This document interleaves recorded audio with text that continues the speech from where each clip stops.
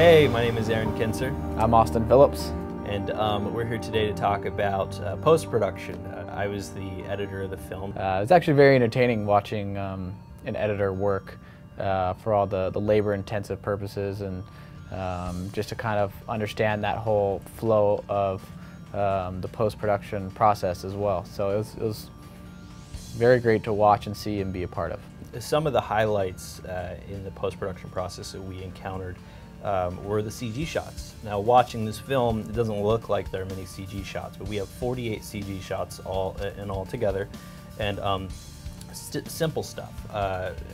For example, here at the funeral scene in the church, there were giant scuff marks on the walls. I think there were 8 altogether that needed cleaned up, and we could have ended or completed the film without retouching that scene at all, but there was just something about those. I mean, they were really big. They were just really big marks on the wall, and we just took the time to motion track the shots and put little digital patches on the walls.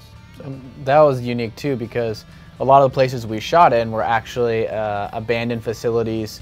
They weren't actual ready to go locations. So those were some of which was good for us, but because it wasn't as expensive to shoot in, but at the same time we had to work around those challenges. Like the chapel, it was it hasn't been in use for maybe 10 years.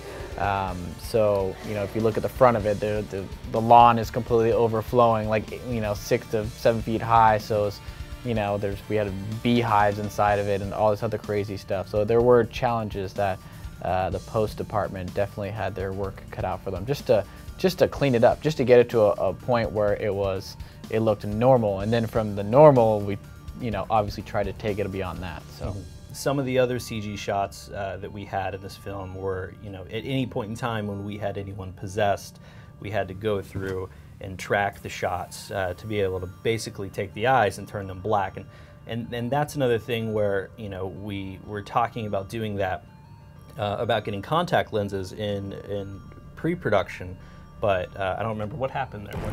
It's very uncomfortable for the talent. That's what a lot of our friends and associates that have worked in other independent films or larger films is it's very irritating to the eyes of the talent, and that's one thing that we didn't want to hinder in our way. We already had enough roadblocks in our way, and so basically all we just said, we'll do it in post. Yeah. And in comes Arron. We did work on a special effects shot when Paul's driving at night, and this was just because I was trying to find a way to take the shot of Paul driving where Adrian is in the back seat one notch up from what it was.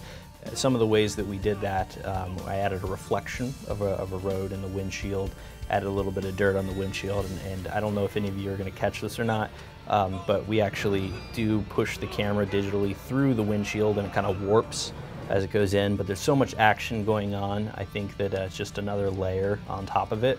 So those of you that notice that, great. If not, it's okay. Altogether, the post process for this film took exactly 12 months. We were working on this film for a full year, and I'm very pleased with the way the cuts turned out. And if it wasn't for the help of all the other producers here and the crew, it wouldn't be what it is today. I think overall, I'm really happy with the way it turned out. Sounds good. Thanks for watching. Cool. Thanks, guys.